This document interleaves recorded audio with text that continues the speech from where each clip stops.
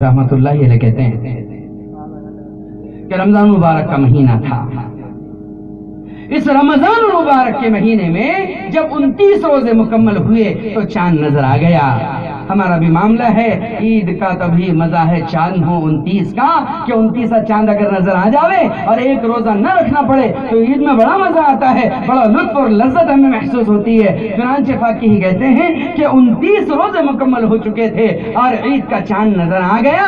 امام صاحب نے سلام بھی نہ پھیرا تھا کہ بچوں کا ایک شور اٹھا, چاند نظر آ گیا, چاند نظر آ گیا, کل عید ہوگی, چاند نظر آ گیا. انہی بچوں میں ایک یتیم بچہ جس کی عمر 5 یا 6 سال تھی, وہ بھی ایک پیر پر لنگڑی کھیلتا ہوا اپنی گھر کی طرف یوں چیختا ہوا, یوں چلاتا ہوا, یوں کہتا ہوا بھاگا کہ کل عید ہوگی, چاند نظر آ گیا, چاند نظر آ گیا. ایک گھاس کی جھوپڑی بنی ہوئی تھی جس کا دروازہ ٹوٹا ہوا تھا, کنڈی بھی سلیقے کی نہیں تھی. اس نے دونوں ہاتھ اس دروازے پر مارے, اندر داخل ہوا. ماں نے سلام بھی نہ پھیرا تھا, مغرب کی نماز کا سیدھے دھڑام سے کود کر اس کی گود میں بیٹھ گیا اور اپنی ماں کے مقدس پر نور چہرے کو اپنے ہاتھوں میں لے کر کے کہنے لگا, اماں چاند نظر آ گیا, اماں کل عید ہوگی, چاند نظر آ گیا. اماں تم مجھے نئے کپڑے پہناؤ گی نا, اماں تم مجھے کل نئے جوتے پہناؤ گی نا, اماں تم میرے ہاتھوں میں مہندی لگاؤ گی نا, اماں تم میرے سر میں ٹوپی پہناؤ گی نا, اماں تم میرے سر پر امامہ رکھو گی نا.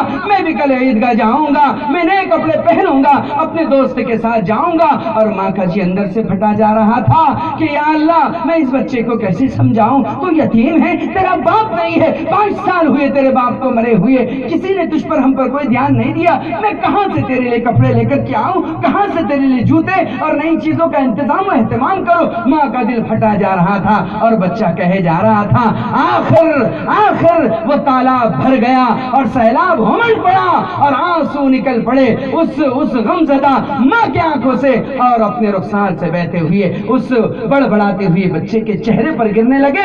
جو بچہ کہہ رہا تھا, اماں تم مجھے کل نئے کپڑے پہناؤ گی نا, تم مجھے عیدگاہ بھیجو گی نا, میں بھی نئے کپڑے پہنوں گا. جب ماں کے آنسو بچے کے چہرے پر گرے تو اس نے چپچپاتے آنسو کو اپنے رخساروں سے اپنی انگلیوں پر لے کر کے ٹٹولا. ماں کے آنسو ہے تو ماں کو دیکھ کر کے وہ گھبرا گیا, میری ماں رو رہی ہے. اس نے کہا, اماں تو رو رہی ہے, اللہ کے لیے تو مت رو, تو کیوں رو رہی ہے, تیرا میرے سوا کون ہے اور میرا تیرے سوا کون ہے, تو ہی اگر روئے گی میں تو بکھر جاؤں گا. اللہ کے لیے مت رو, اللہ کے لیے مت رو. عید تو امیروں کی ہوتی ہے نا, عید تو مالداروں کی ہوتی ہے نا, ہم غریبوں کا کیا ہے, ہم فقیروں کا کیا ہے. اللہ کے لیے مت رو, میں تجھ سے نئے کپڑے نہیں مانگوں گا, میں تجھ سے نئے جوتے نہیں مانگوں گا, میں تجھ سے نئے لباس نہیں مانگوں گا, میں کل گھر میں چھپ جاؤں گا. تیری عزت کی قسم کسی پر اپنی غریبی فقیری کا گلہ ظاہر نہیں ہونے دوں گا. فاقی ہی کہتا ہے کہ میں یہ منظر ان کیوانوں کے درمیان سے دیکھ رہا تھا, بے ساختہ میری زبان سے نکل گیا, زلزلے یوں نہیں آتے